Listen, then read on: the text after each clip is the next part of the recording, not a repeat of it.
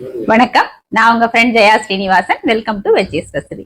இன்னைக்கு நம்ம veggies recipe கிச்சன்ல ஒரு ஹெல்த்தியான டிஃபன் ரெசிபி பார்க்க போறோம். பாசிப்பருப்பு பிடிக்கொழக்கட்டை. இந்த பாசிப்பருப்பு பிடிக்கொழக்கட்டை பண்றது ரொம்ப ஈஸி, அதே நேரம் டேஸ்டியாவும் இருக்கும், ரொம்ப ஹெல்தியானது, நல்லா சாஃப்டா இருக்கும். நமக்கு இது பிரேக்ஃபாஸ்ட்டுக்கு, டின்னருக்கு, லஞ்ச் பாக்ஸ்க்கு எல்லாத்துக்குமே யூஸ் ஆகும். இது ஸ்டீம் பண்ணி பண்றதுனால ரொம்ப ஆரோக்கியமானது. இதுக்காக நம்ம ரொம்ப எண்ணெய் கூட நம்ம சேர்க்க வேண்டியது இல்லை. இந்த பாசிப்பருப்பு நம்ம சேர்த்து பண்றதுனால புரோட்டீன் ரிச்சாவும் இருக்கும், உடம்புக்கும் ரொம்ப நல்லது. ஃபர்ஸ்ட் டைம் சேனலை பாக்குறீங்கன்னா ப்ளீஸ் சப்ஸ்கிரைப் பண்ணுங்க, பெல் ஐக்கானை கிளிக் பண்ணி ஆல் ஆப்ஷன் கொடுத்துட்டீங்கன்னா நான் போடக்கூடிய எல்லா வீடியோஸும் குவிக்கா வந்து உங்களுக்கு ரீச் ஆகும். வாங்க டேஸ்டி அண்ட் ஹெல்தியான இந்த பாசிப்பருப்பு பிடிக்கொழக்கட்டை எப்படி பண்றதுன்னு பார்க்கலாம். ஒரு கப் வந்து பச்சரிசி ரவா. இந்த பச்சரிசியில நம்ம ரவா எப்படி பண்ணோம் அப்படின்னு நிறைய வீடியோ நம்ம போட்டிருக்கோம். இந்த மாதிரி பாருங்க, பைன் ரவாவா இருக்கு. இது வந்து ஒரு கப்பு அளந்து எடுத்துக்கணும். அதே கப்ல அரை கப்பு வந்து பைத்தம்பருப்பு. இதை நல்லா வாஷ் பண்ணிட்டு 1 மணி நேரம் ஊற வச்சுக்கணும். பைத்தம்பருப்பு பாருங்க 1 மணி நேரம் நல்லா ஊறி இருக்கு. ஊற வச்ச இந்த பருப்பை ஒரு பாத்திரத்துல சேர்த்து குழையாம நல்லா எதழா வேக வச்சு எடுத்துக்கலாம். பைத்தம்பருப்பு பாருங்க நல்லா மலர வெந்திருக்கு, குழையவும் கூடாது, இந்த மாதிரி நல்லா மலர்ந்து வேகணும். இந்த வெந்த பருப்பை நம்ம ஃபில்டர் பண்ணி எடுத்துக்கலாம். இந்த ஃபில்டர் பண்ண தண்ணியை நம்ம யூஸ் பண்ணிக்கலாம். ஸ்டவ்ல ஒரு கடாய் வச்சிருக்கேன். 2 டேபிள் ஸ்பூன் எண்ணெய் சேர்த்துக்கலாம். எண்ணெய் சூடானதும் 1 டீஸ்பூன் கடுகு, கடுகு வெடிச்சதும் 1 டீஸ்பூன் உளுத்தம்பருப்பு, 1 டீஸ்பூன் கடலைப்பருப்பு. பருப்பு நல்லா செவந்து வரணும். பருப்பு லேசா செவந்து வந்ததும் 1 டீஸ்பூன் ஜீரகம், அரை டீஸ்பூன் பெருங்காயம், 2 பச்சை மிளகாயை பொடியா கட் பண்ணிருக்கேன், 1 இன்ச் இஞ்சி தோல் சீவிட்டு கிரேட் பண்ணிட்டு சேர்த்துக்கலாம். பச்சை மிளகாயும் இஞ்சியும் நல்லா வதங்கணும். இதுல கொஞ்சம் கருவேப்பிலை சேர்த்துக்கலாம். நம்ம பைத்தம்பருப்பு வேக வச்சு ஃபில்டர் பண்ணி வச்சிருக்கோம் இல்லையா, அந்த தண்ணியை வேஸ்ட் பண்ணாம நம்ம இப்ப இதுல சேர்த்துக்கலாம். நம்ம ரவா அளந்த கப்புல 2 கப்பு தண்ணி வேணும். இப்ப 1 கப்பு வந்து நம்ம வேக வச்சு ஃபில்டர் பண்ண தண்ணியை சேர்த்துக்கிறேன். 1 கப்பு பிளெயின் தண்ணி சேர்த்துக்கலாம். தேவையான அளவு உப்பு சேர்த்துப்போம். 1 கப்பு ரவாக்கு 2 கப்பு தண்ணி வேணும். இந்த பைத்தம்பருப்பு வேக வச்ச தண்ணி எவ்வளவு இருக்கோ அளந்து விட்டுட்டு மிச்சம் இருக்கிறத நம்ம பிளெயின் வாட்டர் சேர்த்துக்கலாம். இது இப்ப நல்லா கொதிச்சு வரட்டும். தண்ணி கொதிக்க ஆரம்பிச்சாச்சு. 4 டேபிள் ஸ்பூன் தேங்காய் துருவல் எடுத்து வச்சிருக்கேன், இதை சேர்த்துக்கலாம். இது தளன்னு நல்லா கொதிக்கணும். நல்லா கொதிக்க ஆரம்பிச்சாச்சு. நம்ம எடுத்து வச்சுக்கிற ரவாவை கொஞ்சம் கொஞ்சமா விட்டுட்டு ஒரு கையால கிளறிக்கணும். அப்பதான் கட்டி தட்டாம நல்லா வரும். கைவிடாம கிளறிக்கிட்டே இருக்கணும். கொஞ்சம் திக்காகட்டும். இப்ப பாருங்க நல்லா திக்காக ஆரம்பிச்சாச்சு. இத போல இந்த கூழ் மாதிரி வருது பாத்தீங்களா, இந்த அளவுக்கு திக்காகணும். நம்ம வேக வச்சு ஃபில்டர் பண்ணி வச்சிருக்கோம் இல்லையா பைத்தம்பருப்பு, அதை சேர்த்துடலாம். இப்ப இதை எல்லாத்தையும் நல்லா மிக்ஸ் பண்ணி விட்டுக்கலாம். பாருங்க நல்லா மிக்ஸ் பண்ணியாச்சு. இந்த மாதிரி கன்சிஸ்டன்சில வரணும்.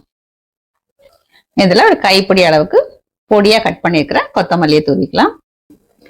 1 டீஸ்பூன் அளவுக்கு நெய் சேர்த்துப்போம், நல்லா வாசனையா இருக்கும்.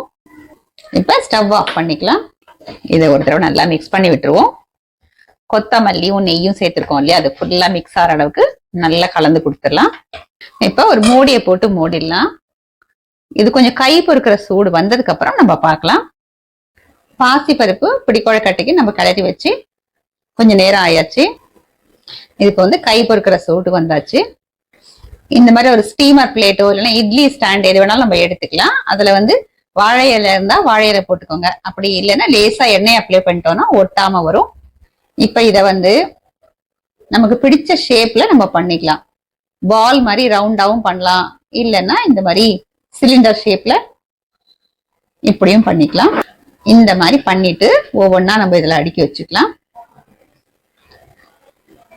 ரொம்ப சூடு ஆறாம இந்த கை பொறுக்கிற சூட்ல இருக்கும் போதே நம்ம பண்ணிக்கணும். பாருங்க எல்லாத்தையும் இந்த மாதிரி பண்ணி எடுத்துக்கிட்டாச்சு. இதை நம்ம இப்ப ஸ்டீம் பண்ணி எடுத்துக்கலாம். இட்லி பாட்ல தண்ணி கொதிச்சிட்டு இருக்கு. இப்ப பாசிப்பருப்பு பிடிக்கொழக்கட்டையை நம்ம ஸ்டீம் பண்ணி எடுத்துக்கலாம். இப்ப மூடியை போட்டு மூடிடலாம். அது வேகிறதுக்கு 7-8 நிமிஷம் ஆகும். நம்ம அதுக்கப்புறம் பார்க்கலாம். 7-8 நிமிஷம் ஆயாச்சு. நம்ம திறந்து பார்த்துடலாம். பாருங்க பர்ஃபெக்டா வெந்திருக்கு, கலர் மாறி இருக்கு. பாருங்க ஒட்டாமையும் வருது. இப்ப ஸ்டவ் ஆஃப் பண்ணிக்கலாம். கொஞ்சம் சூடு ஆறட்டும், அதுக்கப்புறம் நம்ம சர்விங் பிளேட்ல எடுத்துக்கலாம். ஹெல்தியான பாசிப்பருப்பு பிடிக்கொழக்கட்டை சர்விங்க்கு ரெடி. இந்த பாசி பருப்பு பிடிக்கொழுக்கட்டை பாருங்க, நல்லா சாஃப்டா இருக்கு, உள்ளேயும் வந்து நல்லா வெந்திருக்கு. இந்த பாசி பருப்பு பிடிக்கொழுக்கட்டை நல்லா சாஃப்டா கமகமா இந்த வாசனையா சூப்பரா ரெடி ஆயாச்சு. இப்ப டேஸ்ட் பண்ணி பார்த்துடலாம். தொட்டுக்கிறதுக்கு வந்து மோர் குழம்பு, வத்த குழம்பு, சாம்பார் இதெல்லாம் தொட்டுக்கலாம். இந்த சட்னியை தொட்டு சாப்பிட்டாலுமே சூப்பரா இருக்கும். இன்னைக்கு நான் வந்து வெங்காய சட்னி அரைச்சிருக்கேன், அதோட தான் நம்ம டேஸ்ட் பண்ணி பார்க்க போறோம். செம்ம சூப்பரா இருக்கு. அந்த டெக்ஸ்டரே வந்து அவ்வளவு நல்லா இருக்கு. இந்த நம்ம அரிசி உடைச்சிருக்கோம் இல்லையா ரவை பதத்துக்கு, அதோட டெக்ஸ்டர் பிளஸ் கடிக்கும் போது இந்த பைத்தம்பருப்பு வந்து கரெக்டா பதமா வந்து மலர வேக வச்சு போட்டிருக்கோமா, அதோட டெக்ஸ்டர், தேங்காய் போட்டிருக்கோம், தாளிச்சிருக்கோம், அந்த வாசனை எல்லாம் சேர்ந்து ஃபர்ஸ்ட் கிளாஸா இருக்கு. எப்பயும் நம்ம பிடிக்கொழுக்கட்டை வந்து வெறும் அரிசி ரவையிலையோ இல்ல அரிசி மாவுலையோ இல்ல அவுல்லையோ நம்ம பண்ணுவோம். இந்த தடவை பாத்தீங்கன்னா பாசி பருப்பும் அரிசி ரவையும் சேர்த்து பண்ணிருக்கோம். அப்படின்னா பாசி பருப்பு வந்து புரோட்டீன், இது வந்து கார்போஹைட்ரேட் பிளஸ் எண்ணெய் எல்லாம் நம்ம சேர்த்திருக்கோம். ஸோ இது கம்ப்ளீட் மீல் அப்படின்னு நம்ம சொல்லலாம். இதை இன்னும் ஹெல்தியா பண்ணணும் அப்படின்னா கேரட் துருவி போட்டுக்கலாம், இல்ல பட்டாணி போட்டுக்கலாம், பீன்ஸ் பொடி பொடியா கட் பண்ணி போட்டுக்கலாம். அந்த மாதிரி காய்கறி சேர்த்து பண்ணும்போது இன்னும் நமக்கு ஹெல்தியாவும் இருக்கும், பார்க்கறதுக்கும் நல்லா இருக்கும், ஃபில்லிங்காவும் இருக்கும்.